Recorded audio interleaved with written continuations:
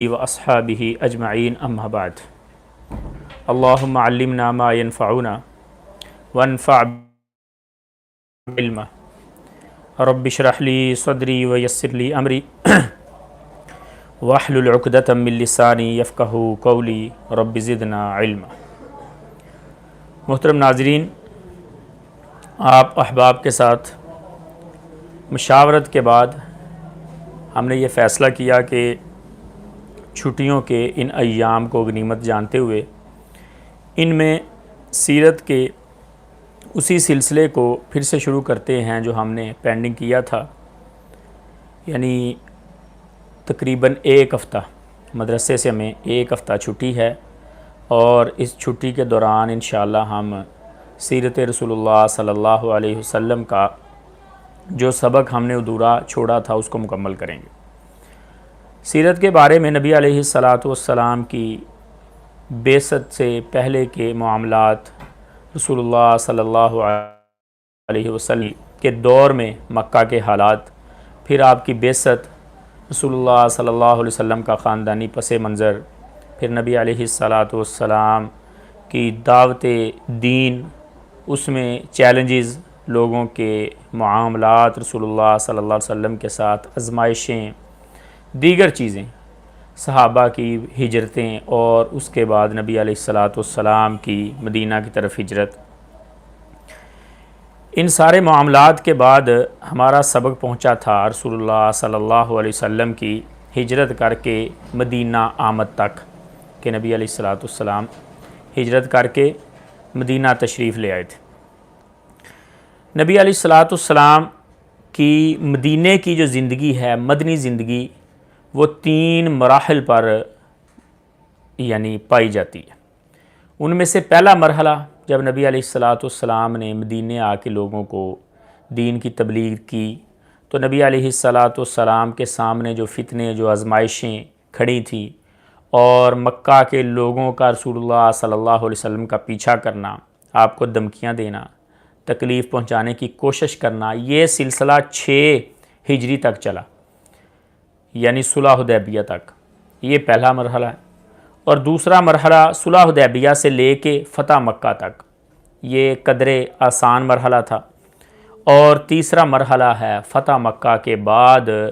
رسول اللہ صلی اللہ علیہ وسلم کے اس مشن میں لوگوں کا لگاتار شامل ہونا۔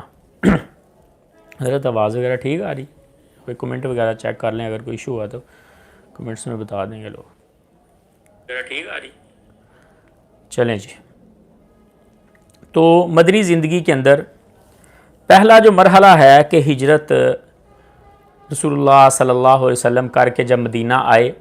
تو تب مدینہ کے حالات، نبی علیہ السلام جب مدینہ ہجرت کر کے آئے، مدینہ اس وقت اوس، خزرج اور یہودیوں پر محیط تھا۔ یعنی مدینہ میں اوس خزرج 2 قبیلے جو یمن سے ہجرت کر کے مدینہ آئے تھے، اور وہاں کی آپسی لڑائیوں کی وجہ سے اس جگہ کو چھوڑ کے یہ مدینہ آئے تھے۔ یہاں آ کے بھی ان کی وہی لڑائیاں، حالانکہ اصلاً یہ ایک ہی تھے، لیکن یمن کے لوگ شروع سے لے کے آج تک، یعنی وہاں کی لڑائیاں، جھگڑے اور دیگر چیزیں چلتی رہی تھیں۔ تو یہ لوگ ان لڑائیوں کی وجہ سے اپنے علاقے کو چھوڑ کے، یمن کو چھوڑ کے مدینہ آئے تھے۔ دوسرے تھے یہودی جو مدینہ کے اندر آباد تھے، اور یہودی بیسیکلی مدینہ میں رسول اللہ صلی اللہ علیہ وسلم کے انتظار میں آئے تھے۔ یعنی یہودیوں کی کتابوں میں رسول اللہ صلی اللہ علیہ وسلم کی جو پیشین گوئی کی گئی تھی، اس میں جس زمین کی طرف اشارہ کیا گیا تھا کہ وہ کھجوروں والی سرزمین ہوگی، پہاڑی علاقہ ہوگا، 2 ہی علاقے ایسے تھے جن کی طرف لوگوں کا دھیان جاتا تھا، ایک یثرب، دوسرا خیبر۔ تو یوں سمجھ لیں کہ آدھے یہودی خیبر میں جا کے آباد ہو گئے، آدھے یہودی یثرب میں آ کے آباد ہو گئے، اور انہوں نے یثرب میں آ کے شروع سے اچھی اچھی جگہوں کے اوپر قبضہ کر لیا تھا۔ تب مدینہ کے اندر کوئی خاص آبادی نہیں تھی۔ اوس اور خزرج بعد میں آئے ہیں، جب پہلے سے یہودی مدینہ کے اندر آباد تھے۔ اوس اور خزرج کو پھر جو جگہ ملی انہوں نے لے لی، یعنی اوس اور خزرج کے بعد کوئی بہت زیادہ اچھی پراپرٹیاں نہیں تھیں۔ یہودیوں کے پاس ایسے باغات تھے مدینہ میں، اور ایسی اوالی والی سائڈ تھی جو اونچی جگہ تھی، جہاں پہ سیلاب کا خطرہ بھی نہیں تھا اور کاشتکاری کے قابل تھی۔ تو جب رسول اللہ صلی اللہ علیہ وسلم ہجرت کر کے مدینہ آئے، تب یہودی اوس اور خزرج، نبی علیہ الصلوۃ والسلام کے چاند صحابی جو مکہ سے ہجرت کر کے آئے ہیں یا یثرب کے لوگوں نے اسلام قبول کیا۔ نبی علیہ الصلوۃ والسلام جب تشریف لائے مدینہ میں تو رسول اللہ صلی اللہ علیہ وسلم کے کئی ایسے یعنی ارادے تھے جن کو نافذ کرنا تھا، اور ان کو نافذ کرنے کے لیے اسلام کی پہلی ضرورت کہ کوئی ایسی جگہ ہو جہاں پر اللہ کی عبادت کی جائے، جہاں پہ لوگوں کے معاملات دیکھے جائیں، جہاں سے جنگی دستے روانہ کیے جائیں، جہاں پر شورا بیٹھے، جہاں سے عدالتی معاملات چلائے جائیں، اور وہ اللہ کے نبی کے دور میں تھی مسجد، اور نبی علیہ الصلوۃ والسلام کے بعد بھی یہ سارے معاملات مسجد سے ہوتے رہیں۔ ہماری ناکامی یہ ہے اور ہماری بدقسمتی یہ ہے کہ ہم نے ان اپنے معاملات کو مسجد سے دور کر دیا اور مسجد کو ان اپنے معاملات سے دور کر دیا، جس کی وجہ سے خیر ختم ہوگی۔ تو نبی علیہ الصلوۃ والسلام نے رسول اللہ صلی اللہ علیہ وسلم کا لمبا واقعہ اونٹنی والا کہ آپ نے فرمایا کہ میں وہاں پہ قیام کروں گا، اس جگہ پہ رکوں گا جہاں میری اونٹنی رکتی ہے، اور اونٹنی نے رکنا تھا اللہ رب العزت کے حکم کے ساتھ۔ تو نبی علیہ الصلوۃ والسلام کی اونٹنی حضرت ابو ایوب انصاری رضی اللہ تعالیٰ عنہ کے گھر کے پاس رکی، اور حضرت ابو ایوب انصاری کا گھر اس وقت جو مسجد نبوی ہے اور مسجد نبوی کی محراب والی جگہ وہاں پہ موجود، یعنی اسی جگہ پر حضرت رسول اللہ صلی اللہ علیہ وسلم کی اونٹنی آ کے رکی۔ تب نبی علیہ الصلوۃ والسلام نے وہاں پہ ابو ایوب انصاری کے پاس قیام کیا اور مسجد کی جگہ خریدنے کا ارادہ کیا۔ کھلی جگہ تھی، یہ 2 یتیم بچے تھے جن کی جگہ تھی۔ نبی علیہ الصلوۃ والسلام نے اس جگہ کو اللہ کے حکم کے ساتھ پسند کیا مسجد نبوی کے لیے، لیکن رسول اللہ صلی اللہ علیہ وسلم نے اس جگہ کو ضبط نہیں کیا کہ یہاں پہ مجھے اللہ کا حکم ہو گیا میں یہاں پہ مسجد بناؤں گا۔ نبی علیہ الصلوۃ والسلام نے اپنی جیب سے پیسے ادا کر کے اس جگہ کو خریدا، مسجد نبوی والی جگہ کو۔ یہ ایک بہترین سنت ہے ہمارے لیے۔ ہمارے ہاں بعض لوگ کہ خواب میں بزرگ آ گئے، انہوں نے کہہ دیا کہ یہ چیز ہماری ہے، یہاں پہ ہم نے صبح قبضہ کر لینا چاہے وہ گورنمنٹ کی جگہ ہو، تو یہ طریقہ کار درست نہیں ہے۔ نبی علیہ الصلوۃ والسلام نے مسجد کی جگہ کو خریدا، اور وہاں پر نبی علیہ الصلوۃ والسلام نے پھر مسجد کے لیے جگہ مختص فرمائی اور ساتھ میں اپنے گھروں کے لیے جگہ مختص فرمائی۔ تب مسجد نبوی کی تعمیر شروع ہوئی، اور مسجد نبوی کی تعمیر کے بارے میں آپ سب نے سنا ہی ہوگا کہ نبی علیہ الصلوۃ والسلام خود کھجوروں کے درختوں کو اٹھا رہے ہیں، خود پتوں کو اٹھا رہے ہیں، خود پتھروں کو اٹھا رہے ہیں۔ حضرت رسول اللہ صلی اللہ علیہ وسلم کے ساتھ اصحاب رسول لگے ہوئے ہیں اور شعر پڑھ رہے ہیں اور نبی علیہ الصلوۃ والسلام کا تعاون کر رہے ہیں بڑی خوشی کے ساتھ، یعنی مسجد کی تعمیر میں حصہ لے رہے ہیں۔ اللہم لا عیش الا عیش الآخرہ فاغفر الانصار والمہاجرہ، کہ اللہ زندگی تو آخرت کی زندگی ہے، مہاجر اور انصاریوں کو معاف فرما دے۔ مسجد نبوی کی تعمیر اس طریقے سے ہوئی کہ دیوار کھجوروں کے درختوں کے ساتھ کی، یعنی کھجوروں کے درختوں کو اتارا۔ کھجور کا درخت ایک وقت کے بعد وہ کارآمد نہیں رہتا، یعنی پھل لگنا بند ہو جاتا ہے، تب اسے ضائع کر دیا جاتا ہے۔ تو ایسے درختوں کی دیواریں بنائی گئی اور اوپر کھجوروں کی چھال کے ہی پتے بنا کے، پتے رکھ کے، اور مسجد نبوی کی تعمیر کی گئی۔ تو نبی علیہ الصلوۃ والسلام نے جب مسجد نبوی کی تعمیر کی، تب مدینہ کے علاقے کی نوعیت کچھ ایسی تھی کہ مسجد نبوی مدینہ کے سینٹر میں آ گئی تھی۔ حالانکہ یہ جگہ اس وقت زیادہ آباد نہیں تھی، لیکن یہ مدینہ کا سینٹر تھا۔ ایک سائڈ پہ پہاڑ حرہ غربیہ، دوسری سائڈ پہ حرہ شرقیہ، ایک سائڈ پہ یہودیوں کا علاقہ کعب بن اشرف کا قلعہ اوالی سائڈ اور یہودیوں کی مین سائڈ، اور وہاں پر ہی قباء یعنی قباء والی سائڈ، اور دوسری سائڈ پہ جبل احد، جبل ثور اور جبل عینین، جبل صلہ، یعنی یہ پہاڑوں کا سلسلہ تھا۔ تو سینٹر میں نبی علیہ الصلوۃ والسلام کو اللہ رب العزت کے حکم سے یعنی مسجد کی تعمیر کا رسول اللہ صلی اللہ علیہ وسلم نے آغاز کیا۔ مسجد کی تعمیر کے ساتھ ساتھ نبی علیہ الصلوۃ والسلام نے مسلمانوں میں بھائی چارے کا سلسلہ شروع کیا کہ نئے لوگ آئے ہیں ایک علاقے سے، ظاہر ہے آگے بڑھ بڑھ کے نیکیاں کریں گے کیونکہ آئی نیکی کے لیے ہیں، اور وہاں پر یہ ساری چیزیں یعنی ایک سبب مکہ کو چھوڑنے کا یہ تھا کہ کفار کا ظلم و ستم، اور دوسرا سبب یہ تھا کہ ہم نے نئے معاشرے کی تشکیل کرنی ہے۔ صرف یہ تو نہیں تھا کہ ان سے بچ کے جا کے کسی اور جگہ پہ رک جاتے ہیں، جا کے سٹے کر لیتے ہیں، نہ کوئی ہمیں پوچھنے والا ہوگا۔ وہاں سے نکلنے کا ایک بڑا اہم مقصد یہ تھا کہ نئے معاشرے کی تشکیل ہوگی۔ تو اب نئے معاشرے کی تشکیل میں ظاہر ہے اگر مہاجرین آگے بڑھ بڑھ کے حصہ لیں گے تو انصار ہے اس جگہ پہ ہم رہ رہے ہیں، یہ لوگ باہر سے آئے ہیں اور آگے آگے بڑھ رہے ہیں۔ تو اس لیے نبی علیہ الصلوۃ والسلام نے ان کی مانوسیت کے لیے آپس میں ان کا بھائی چارہ کروایا، اور بھائی چارے کے وقت بڑے خوبصورت احکامات اللہ رب العزت کی طرف سے بھی نازل، وَأُولُو الْأَرْحَامِ بَعْضُهُمْ أَوْلَىٰ بِبَعْضٍ، اور اللہ رب العزت کی طرف سے اور رسول اللہ صلی اللہ علیہ وسلم کی طرف سے اس بھائی چارے میں ایسی برکت پڑی کہ مثالیں قائم ہو گئیں۔ اور حضرت عبد الرحمن بن عوف والا واقعہ آپ سب نے سنا ہوگا کہ جب وہ تشریف لائے تو سعد بن ربیع کے ساتھ رضی اللہ تعالیٰ عنہما، ان دونوں صحاب کا نبی علیہ الصلوۃ والسلام نے آپس میں بھائی چارہ کروایا کہ جہاں پہ لوگ یعنی آپس میں بھائی بھائی بنیں گے تو اس جوڑی کو بھائی بھائی بنایا، سعد بن ربیع کو اور حضرت عبد الرحمن بن عوف کو۔ اور جب اللہ کے نبی نے ان کا بھائی چارہ کروایا تو سعد بن ربیع نے تو مثال ہی قائم کر دی۔ حالانکہ عبد الرحمن بن عوف رضی اللہ تعالی عنہ مکہ میں ایک اچھی زندگی گزار رہے تھے، لیکن بتا چکا ہوں آپ کو کہ ہجرت کے وقت یہ آرڈر اور حکم تھا کہ آپ لوگوں نے اپنا مال، اپنی اولاد ایسی جو اسلام کے قریب نہیں ہوئی وہ یہاں چھوڑ کے جانی ہے، لے کے نہیں جانی ساتھ۔ تو حضرت عبد الرحمن بن عوف رضی اللہ تعالیٰ عنہ بھی اللہ کے نبی کے حکم کے مطابق سارا کچھ چھوڑ کے آئے تھے، کوئی ساز و سامان باندھ کے نہیں لے کے آئے تھے۔ تو جب حضرت سعد بن ربیع کے ساتھ بھائی چارہ ہوا تو سعد رضی اللہ تعالیٰ نے کہا، عبد الرحمن آپ مکہ میں سارا کچھ چھوڑ کے آئے ہیں اور اللہ کے نبی نے میرا آپ کے ساتھ بھائی چارہ کروایا، تو میرے اس بھائی چارے کا تقاضا یہ ہے کہ میں اپنے مال میں سے تو آپ کو آدھا دوں گا ہی دوں گا، یعنی میرا مال ہے، یہ میرے 2 باغات ہیں، آپ دیکھ لو ان میں سے جو اچھا آپ کو لگتا ہے آپ رکھ لو۔ اس کے علاوہ میری 2 بیویاں، اور آپ چونکہ اپنی بیوی مکہ میں چھوڑ کے آگے ہیں تو میں آپ کو یہ آپشن دیتا ہوں کہ آپ میری بیویوں کو دیکھ لیں، اور تب پردے کا حکم نازل نہیں ہوا تھا، یہ بات بھی یاد رکھیں۔ آپ میری بیویوں کو دیکھ لیں، جس کو آپ کہتے ہیں میں اس بیوی کو طلاق دے دیتا ہوں،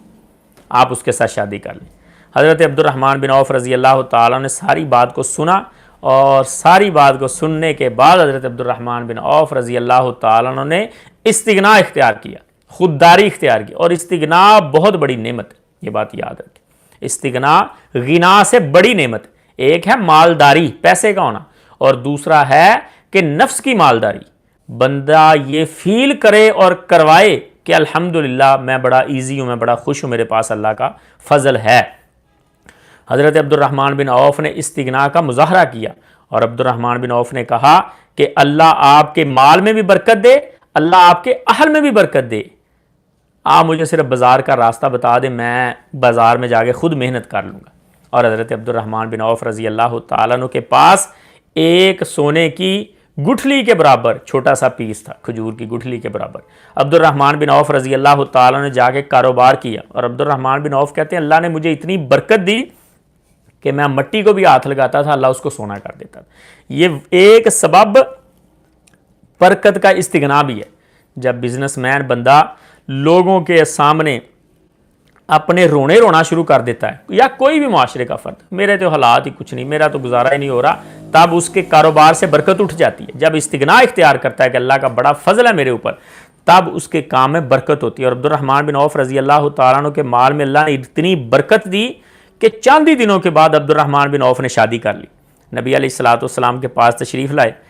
آپ نے پوچھا کہ عبد الرحمن یہ نشانات کیسے ہیں کپڑوں کے اوپر؟ وہ کہنے لگے حضور میں نے شادی کر لی۔ نبی علیہ الصلوۃ والسلام نے ان کو پھر ولیمے کا حکم دیا، اور عبد الرحمن بن عوف کے مال میں اللہ نے اتنی برکت دی حضرت کہ عبد الرحمن بن عوف رضی اللہ تعالیٰ جب دنیا سے گئے تو ان کے مال کی وراثت میں سے صرف سونے کو کلہاڑوں کے ساتھ کاٹا گیا، اور راوی بتاتے ہیں کہ جو لوگ کلہاڑے کے ساتھ ان کے سونے کو تقسیم کرنے کے لیے کاٹ رہے تھے، ان کے ہاتھوں کے اوپر چھالے بن گئے تھے۔ یعنی آج کے دور کا سمجھ لیں کہ بلینز آف ڈالر سیدنا عبد الرحمن بن عوف رضی اللہ تعالیٰ، اللہ نے اتنی برکت دی ان کے استغنا کی وجہ سے کہ بڑے صحابہ حضرت عبد الرحمن بن عوف کے انویسٹر تھے۔ حضرت عثمان رضی اللہ تعالیٰ جب خلیفہ بنے، پہلے خود کاروبار کرتے تھے، جب خلیفہ بنے اور کاروبار کے لیے وقت کم نکلنا شروع ہو گیا تو اپنی انویسٹمنٹ عبد الرحمن بن عوف کو دے دی کہ آپ اس کے ساتھ کاروبار کریں۔ اور جب حضرت عثمان شہید ہوئے تو پھر عبد الرحمن بن عوف نے حضرت عثمان کی ساری انویسٹمنٹ کا حساب نکال کے ان کو دیا اور اللہ کی راہ میں وقف کر دیا، اور وہ آج تک وقف ہے۔ تو نبی علیہ الصلوۃ والسلام کے اس بھائی چارے کے بعد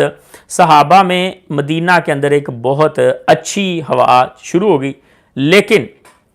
ایک مسئلہ اور تھا کہ مدینہ کے اندر جو ٹاپ کے لوگ تھے انہیں یہ قبول نہیں ہوا نبی علیہ الصلوۃ والسلام کا آنا، نئے معاشرے کی تشکیل۔ اور یہ بات یاد رکھیں، دو قسم کے لوگ تھے، ایک یہودی جن کو حضرت رسول اللہ کا انتظار تھا لیکن کچھ چیزیں مانے آ گئیں رسول اللہ صلی اللہ علیہ وسلم کو قبول کرنے میں،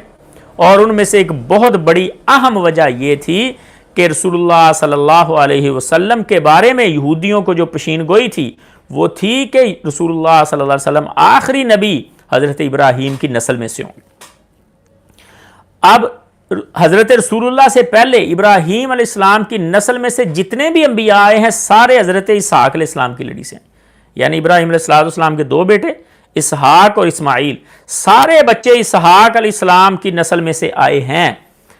اور یہودیوں کے سارے انبیاء اسحاق علیہ السلام کی اولاد میں سے۔ اب آخری نبی کا بھی ان کے ذہن میں یہی تھا کہ وہ اسحاق علیہ السلام کی لڑی سے آئیں گے۔ جب حضرت رسول اللہ صلی اللہ علیہ وسلم کا نسب نامہ اور انہوں نے دیکھا کہ یہ تو اسماعیل علیہ السلام کی اولاد سے، یہ بھی ایک رکاوٹ ہوئی قبول کرنے میں۔ اور یہودیوں کے علاوہ کچھ وہ لوگ جو مدینہ میں یہودیوں کے تو مخالف تھے یا یہودیوں میں سے نہیں تھے، لیکن وہ اپنے گھر کے، اپنے علاقے کے، اپنے قبیلے کے چودھری تھے، جیسے عبداللہ ابن ابی اور اس کے ساتھی۔ اب عبداللہ ابن ابی شروع میں رسول اللہ صلی اللہ علیہ وسلم کا استقبال کر رہا ہے اور قبول کر رہا ہے، آپ کو داڑھی رکھی ہوئی ہے، ایمان کا دعویٰ اور ساری چیزیں اسلام، لیکن جب اس نے دیکھا کہ حضرت رسول اللہ صلی اللہ علیہ وسلم کا تو مقام اتنا بلند ہے کہ میرا مقام یہاں چھپ جائے گا حضرت رسول اللہ کے پیچھے، تو یہ چیز آڑے آ گئی۔ بسا اوقات انسان کو اپنی انا آڑے آ جاتی ہے حق کو قبول کرنے میں، اور یہ بات یاد رکھیں، وہ انا جو حق کو قبول کرنے میں آڑے آ جائے وہ ذلت کا سبب ہو جاتی ہے۔ تو رسول اللہ صلی اللہ علیہ وسلم نے ان چیلنجز کے اندر یہودیوں کے ساتھ کچھ معاہدے کیے، بنو نذیر، بنو قینقاع، اور جناب حضرت رسول اللہ صلی اللہ علیہ وسلم نے ان کو بھی حد الوسع ساتھ چلانے کی کوشش کی عبداللہ ابن ابی کو، لیکن یہ پھر بھی فتنے کھڑے کرتا ہی رہا، اور گاہے بگاہے حضرت رسول اللہ صلی اللہ علیہ وسلم کی ذات کے اوپر آپ کے مقابلے میں چھوٹی موٹی چیزیں کرنا، جو دیکھنا نبی علیہ السلام نے کام کیا ہے اس کے مقابلے میں اس نے جناب اپنی کوئی چیز پیش کر دینی، اور رسول اللہ صلی اللہ علیہ وسلم کی مخالفت میں اتنا آگے بڑھ گیا کہ حضرت رسول اللہ صلی اللہ علیہ وسلم کی پاک بیوی پر تہمت بھی لگا دی۔ بہرحال نبی علیہ السلام نے ان ساری مخالفتوں کے بعد، یعنی مدینہ کے چیلنجز ابھی سامنے ہیں، اور اسی دوران مکہ سے پیغام آنا شروع ہو گئے، اور مکہ سے پیغام یہ آئے کہ آج کے بعد یہاں پر کسی بھی مسلمان کا داخلہ بند ہے۔ اور نبی علیہ السلام کے بڑے پیارے صحابی حضرت سعد بن معاذ رضی اللہ تعالیٰ عنہ جو اوس کے سردار تھے، حضرت سعد رضی اللہ تعالیٰ عنہ مکہ گئے، امیہ بن خلف کے ساتھ ان کی پارٹنرشپ تھی۔ امیہ بن خلف کے ساتھ ان کا معاملہ ایسے تھا کہ جب آپ کبھی شام کے علاقے کی طرف یا کسی جگہ پہ تجارت کرنے کے لیے آؤ تو ہم حاضر ہوں گے، آپ ہمارے پاس اسٹے کریں، ہم آپ کا بازار لگوائیں گے، سارا معاملہ کریں گے۔ اور جب حضرت سعد رضی اللہ تعالیٰ عنہ بھی بزنس مین تھے، جب یہ مکہ آئیں کاروباری سلسلے میں یا کسی بھی سلسلے میں، تو ان کی ٹھہر جو ہے وہ امیہ بن خلف کے پاس ہوگی۔ امیہ بن خلف یہ وہی ہے جو حضرت بلال رضی اللہ تعالیٰ عنہ کے اوپر ظلم کیا کرتا تھا، یعنی حضرت بلال کا آقا امیہ، اور یہ مکہ کے ٹاپ کے تاجروں میں سے ایک تاجر تھا، یعنی مالدار بڑا تھا۔ اور امیہ بن خلف کے پاس حضرت سعد رضی اللہ تعالیٰ عنہ گئے۔ یہ بخاری شریف کی دوسری جلد کے ابتدا میں واقعہ تھا، کتاب المغازی میں، بڑا خوبصورت واقعہ ہے کہ حضرت سعد رضی اللہ تعالیٰ عنہ مومن ہو گئے، مسلمان ہو گئے، امیہ بن خلف کے پاس گئے، اس کے گھر میں ٹھہرے، کہتے یار میں نا بیت اللہ کا طواف کرنا چاہتا ہوں، دیکھنا جب خلوت ہو، رش کم ہو، رش نہ ہو، کوئی نہ ہو ادھر، تو میں تب جانا چاہتا ہوں۔ جب امیہ بن خلف کے ساتھ حضرت سعد رضی اللہ تعالیٰ نکلے تو سامنے سے ابو جہل آ گیا۔ ابو جہل سامنے سے آگے مخاطب کر کے کہنے لگا کہ سعد کو کہ تم طواف کرنے جا رہے ہو؟ کہاں جا رہے ہو؟ طواف کرنے جا رہے ہو؟ وہ کہنے لگا تم نے بے دینوں کو پناہ دی ہے، یعنی وہ مسلمانوں کی بات کر رہا تھا۔ تو حضرت سعد رضی اللہ تعالیٰ عنہ کہنے لگے جی میں نے پناہ دی ہے۔ حضرت سعد کہتے ہیں وہ چاہ رہا تھا کہ میں اس کی کوئی مدد کروں اور مسلمانوں کو تنگ کروں، تو وہ کہنے لگا کہ کیا تم ہماری مدد کرو گے؟ میں نے کہا نہیں مدد کروں گا، حضرت رسول اللہ صلی اللہ علیہ وسلم کی طرف کوئی آنکھ اٹھا کے دیکھ بھی نہیں سکتا۔ ابو جہل کہنے لگا کہ پھر تم طواف بھی نہیں کر سکتے، میں تمہارا راستہ روکتا ہوں طواف کرنے سے۔ امیہ بن خلف وہاں خاموش کھڑا، کیونکہ ابو جہل ان کے قبیلے کا سردار تھا، مکہ کا سردار تھا، اور امیہ بن خلف خاموش کھڑا۔ حضرت سعد رضی اللہ تعالیٰ نے خود جواب دیا، دیکھا امیہ جواب نہیں دے رہا، خود آگے بڑھے۔ حضرت سعد رضی اللہ، اور یہ ایمان کی جرت ہوتی ہے کہ کسی کے علاقے میں کسی کے گھر میں کھڑے ہو کے آپ بے دھڑک بات کر رہے ہیں، یہ ایمان پیچھے بولتا ہے۔ تو حضرت سعد رضی اللہ تعالیٰ نے بولے، وہ کہنے لگے بات یاد رکھو، تم اگر مجھے یہاں سے روکو گے تو میں تمہیں وہاں سے روکوں گا جہاں سے تمہیں زیادہ تکلیف ہوگی۔ مطلب یہ کہ دنیا تمہارے نزدیک زیادہ محبوب ہے بیت اللہ سے اور اللہ کی عبادت سے، تم مجھے بیت اللہ کے طواف سے روکو گے، میں تمہارے تجارتی راستوں کو بند کروں گا، شام کی طرف تجارت کرنے کیسے جاؤ گے؟ دھمکی لگائی۔ تو حضرت سعد رضی اللہ تعالیٰ کی دھمکی کے بعد امیہ بن خلف خود ساتھ چھوڑ گیا، وہ کہنے لگا نہیں جی ہم آپ کو طواف نہیں کرنے دیں گے، آپ نکلیں یہاں سے واپس ہوں۔ حضرت سعد رضی اللہ تعالیٰ نے وہاں امیہ بن خلف کو ایک بات کی، تھا ڈرپوک، پیسے کا پجاری تھا نا، پیسے کی ہوس جس کے دل میں جتنی زیادہ بڑھتی جاتی ہے اتنا وہ ڈرپوک ہوتا جاتا ہے، یہ ڈرپوک آدمی تھا بیسیکلی امیہ۔ حضرت سعد رضی اللہ تعالیٰ نے کہا امیہ یہ بات یاد رکھ، اللہ کے نبی نے مجھے یہ بشارت دی ہے کہ تم کو چن چن کے مارا جائے گا۔ امیہ ڈر گیا، یہ بخاری شریف کی روایت ہے۔ گھر میں گیا، گھر میں جا کے اپنی بیوی کو یہ سارا واقعہ سنایا کہ مجھے یہ بتایا ہے میرے دوست سعد نے، تو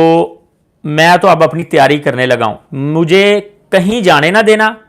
کسی قافلے پر کسی لڑائی پر مجھے تم جب میں نکلنے لگوں مجھے یاد کروا دینا، بلکہ میں نکلوں گا ہی نہیں۔ اور اس نے مزید تیاری کے لیے بڑا بہترین جنگی لباس بنوایا، اس نے ایک بہترین ہیلمٹ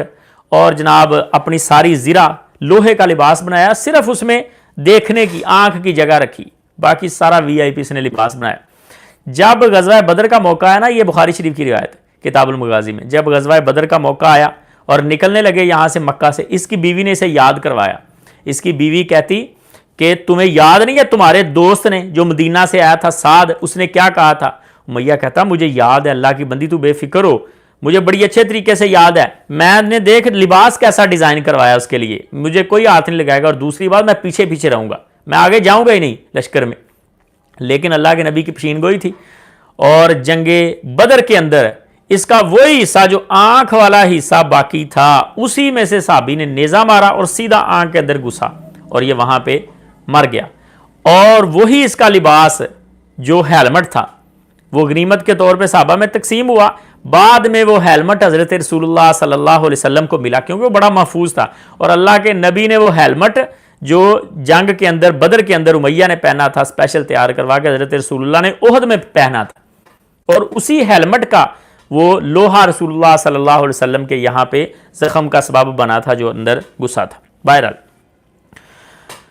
اس واقعے کے بعد حضرت سعد رضی اللہ تعالیٰ نے مدینہ میں جا کے لوگوں کو بتا دیا کہ ہمارے لیے مکہ کے راستے اب بند ہیں، کسی مسلمان کو مکہ وہ جانے نہیں دیں گے، میں تو بچ کے اس لیے آ گیا ہوں کیونکہ میں بزنس مین ہوں، ان کو پتا ہے کہ اگر اس کو نقصان پہنچایا تو ہمارے تجارتی قافلے رکیں گے، تو اب ہمیں مکہ جانے کی اجازت نہیں ہے۔ دوسرا، مشرکین مکہ نے پیچھے دھمکیاں دینا بھی شروع کر دی، اور دھمکیاں بڑی سیریس حد تک تھیں۔ تب اللہ کے نبی کو پھر جنگ کی اللہ رب العزت نے اجازت دی اور فرمایا اذن للذین یقتلون اذن للذین یقاتلون بانہم ظلموا وان اللہ علی نصرہم لقدیر۔ اللہ رب العزت نے مسلمانوں کو اجازت دی، اور یہ بات یاد رکھیں اس سے پہلے مسلمانوں کو جنگ کی اجازت نہیں تھی۔ یہ بعض لوگ جو مکہ کے واقعات کو پیش کرتے ہیں نا، پیش کرتے ہیں کہ حضرت عمر رضی اللہ تعالیٰ عنہ گھر میں چھپ گئے جی، آپ کہتے ہیں عمر بہادر ہے، یہ دیکھو جی فلاں صحابی نے ایسے کیا، صحابہ پر اعتراض کرنے کے لیے۔ اللہ کے بندو، تب مسلمانوں کو جنگ کی اجازت نہیں تھی، اسلام سے پہلے بہادری اور ساری چیزیں اپنی جگہ پر، لیکن اسلام میں داخل ہونے کے بعد بیریئر لگ جاتے ہیں کہ کس موقع پر بہادری دکھانی ہے، کس موقع پر خاموشی اختیار کرنی ہے۔ تو تب مکہ کے اندر مسلمانوں کو اجازت نہیں تھی، جب مدینہ گئے اور تب جا کے مسلمانوں کو جنگ کی اجازت ملی، مسلمان بڑے ایزی ہو گئے، اور تب اللہ کے نبی نے اپنے چھوٹے چھوٹے لشکر بھیجنا شروع کیے۔ پہلا لشکر یکم رمضان کو رسول اللہ صلی اللہ علیہ وسلم نے بھیجا، رمضان کے اندر ہجری کے اندر یکم ہجری کو پہلا لشکر رسول اللہ صلی اللہ علیہ وسلم نے سریہ سیف البحر بھیجا، اس کے بعد رسول اللہ صلی اللہ علیہ وسلم نے شوال کے اندر ایک چھوٹا سا لشکر بھیجا سریہ رابغ، پھر سریہ خزار، اور پھر رسول اللہ صلی اللہ علیہ وسلم نے اور چھوٹے چھوٹے لشکر بھیجے۔ ان میں ایک کو غزوہ بدر اولا بھی کہا جاتا ہے، غزوہ بدر صغریٰ یہاں تک کہ کہا جاتا ہے۔ تو نبی علیہ الصلوۃ والسلام نے یہ چھوٹے چھوٹے لشکر بھیجتے رہے اور ان کا مقصد تھا صرف کفار کے تجارتی قافلوں کو ڈرانا یا روکنا، یا ان کو کم از کم یہ احساس دلوانا کہ تم نے جو مکہ کا راستہ ہمارے لیے روکا ہے اسے چھوڑنا پڑے گا، اسے کھولنا پڑے گا۔ یہ مقصد تھا صرف کہ اگر تم نے ہمارا راستہ بند کیا ہے تو ہمارے پاس بھی آپشن ہے تمہارے راستے بند کرنے کا تجارتی قافلوں کے، تو اس لیے ہمارے ساتھ یعنی بیٹھ کے ایگریمنٹ کرو یا نرمی کرو یا ہمیں مکہ جانے کی اجازت دو، یہ مسئلہ تھا۔ اور اسی سلسلے میں پھر آگے لشکر روانہ ہوتے رہے چھوٹے چھوٹے مسلمانوں کے، مقصد یہ تھا کہ ان کے قافلوں کو، تجارتی قافلوں کو ڈسٹرب کرنا، اور یہی پھر سبب بنا غزوہ بدر کا۔ غزوہ عشیرہ کے بعد رسول اللہ صلی اللہ علیہ وسلم نے صحابہ کو پھر بھیجا، اور ان میں سے کئی لشکر ایسے تھے جن کے امیر حضرت امیر حمزہ رضی اللہ تعالیٰ ہوتے تھے، سید الشہداء، وہ یعنی اس سریے کے اس چھوٹے سے گروہ کے امیر ہوتے تھے۔ تو غزوہ بدر کے موقع پر مسلمانوں کو بھیجا گیا ان کو روکنے کے لیے، تو وہ قافلہ تو ایک بار بچ کے نکل گیا، مسلمانوں سے بچ کے نکل گیا۔ غزوہ بدر کا بڑا انٹرسٹنگ واقعہ ہے۔ نبی علیہ الصلوۃ والسلام نے ان اصحاب کو بھیجا تھا، چند اصحاب کو، اور مقصد یہی تھا کہ ان کو صرف ڈرانا ہے۔ 300 تقریباً 313 صحاب، اور مدینہ میں کئی صحابی اور موجود تھے، یہ نہیں کہ اس وقت مسلمانوں کی تعداد ہی 313 تھی ٹوٹل، مدینہ کے اندر موجود تھے صحابی، مقصد صرف تھا ان کو ڈرانا، روکنا۔ لیکن ابو سفیان اس قافلے کے امیر تھے، اور ابو سفیان یوں سمجھ لیں کہ نائب امیر تھے مکہ کے، مشرکین مکہ کے۔ طریقہ کار یہ تھا کہ ایک امیر یعنی ابو جہل کے خاندان میں سے دوسرا ابو سفیان رضی اللہ عنہ کے خاندان میں سے بننا تھا، تو نائب امیر یعنی اگلی باری، اور تجارت کے لیے حضرت ابو سفیان کو امیر بنا کر انہوں نے بھیجا۔ اب ابو سفیان رضی اللہ تعالیٰ عنہ بڑے سمجھدار اور یعنی حکمتوں کے ساتھ بڑا ہوا، بلکہ پورا خاندان ان کا، ان کی اولاد بھی آگے۔ حضرت ابو سفیان کو جب پتہ چلا کہ مسلمان ہمارا پیچھا کر رہے ہیں، انہوں نے لشکر کو گھمایا، اور وہ راستہ جو اصل میں راستہ ہے مسلمانوں کا یعنی آنے جانے کا لشکر کا راستہ تھا، اس کو تبدیل کیا اور سمندری راستے سے آئے، سمندر کے ساتھ ساتھ مکہ پہنچ گیا خیر بچ کے۔ اور ابو سفیان کو راستے میں ہی پتہ چل گیا کہ مسلمان ہمارا پیچھا کر رہے ہیں۔ دراصل ایک کنویں پہ گیا لشکر مشرکین مکہ کا، وہاں پہ کہ دو عورتیں باتیں کر رہی ہیں۔ پہلے مسلمانوں کا ایک بندہ گیا، اس نے دیکھا کہ دو عورتیں کہہ رہی ہیں کہ لشکر یہاں پہ نہیں آیا۔ وہ بندے ادھر کھڑے رہے، اوپر سے ابو سفیان آ گیا ان کے جانے کے فوراً بعد۔ ابو سفیان نے پوچھا کہ یہاں پہ کون آیا تھا، کیا کسی نے انہوں نے کہا ہاں جی کچھ بندے تھے پوچھ رہے تھے۔ ابو سفیان نے کہا انہوں نے سواریاں کہاں باندھی تھی، انہوں نے بتایا اس جگہ پہ۔ جا کے اس نے اونٹ کی مینگنیاں چیک کی، اور اس نے اس کو کھول کے دیکھا کہ اس کے اندر تو گٹھلی ہے کھجوروں کی۔ اس نے کہا یہاں بدر کے علاقے میں یا مکہ یا ان جہات میں کھجوروں کا نظام اتنا نہیں ہے، درخت نہیں ہے اور باغات نہیں ہے، یہ پکی بات ہے یثرب سے آئے ہوئے بندے ہوں گے۔ اس نے وہاں سے اپنا قافلہ بگایا، اور جن جن جگہوں پہ سٹے کرنا تھا، مال بیچنا خریدنا تھا، وہ ساری جگہ اس نے کینسل کر لی۔ اس نے کہا کہ میں باہر سے اپنا سامان لے کے مکہ پہنچ جاتا ہوں، درمیان میں سٹے تھے نا جہاں پہ بازار لگانے تھے، اس شہر میں بازار، آگے بازار، اس نے وہ سارے کینسل کر دیے۔ مکہ پہنچا، مکہ اس نے پہلے خبر بھی بھیج دی کہ ہمارے اوپر، مکہ والوں نے ابو جہل نے جاتے تیاری کر لی تھی، اور ابو جہل ایک لڑاکا آدمی تھا، ابو سفیان ایسی طبیعت کے بندے نہیں تھے۔ ابو جہل وہ لڑائی کو پسند کرتا تھا، رسول اللہ صلی اللہ علیہ وسلم کی مخالفت میں اتنا آگے تھا کہ وہ کہتا تھا جئیں یا جینے دیں، مریں یا مار دیں، بس ایسے اس کی اصول تھے۔ جب ابو جہل کو پتا چلا کہ مسلمانوں نے یہ معاملہ کیا ہے ہمارے لشکر کو روکنے کا، ابو جہل نے ابو سفیان کے پہنچنے سے پہلے فوج تیار کر لی کہ ان کی ایسی جرت۔ جب ابو سفیان گئے ہیں، ابو جہل کی فوج تیار ہے، نکلنے لگی، انہوں نے کہا جی رہنے دیں، اب بچ کے آگے بس بات ختم۔ اس نے کہا نہیں، ان کی اتنی جرت مسلمانوں کی، سارے تیار ہو۔ زبردستی اس نے مشرکین مکہ کو تیار کیا، سارے کوئی جذبے کے ساتھ تیار نہیں ہوئے تھے، جیسے امیہ بن خلف کا آپ کو واقعہ سنایا۔ تو بوری کے اندر نکلے کچھ تیاری کے ساتھ، اور آ کے بدر کے اندر ان کا ٹکرا ہوا، بدر کے مقام پر۔ تب ایک چھوٹی سی بستی تھی، اب یہ شہر بن گیا، تو بدر کے اندر ٹکرا ہوا۔ وہاں پھر اللہ رب العزت نے مسلمانوں کو یہ حوصلہ دیا کہ تمہاری اگرچہ تیاری نہیں ہے تمہارے پاس، اب مسلمانوں کے پاس نہ سواریاں، نہ تلوار، نہ تیر، کسی کے پاس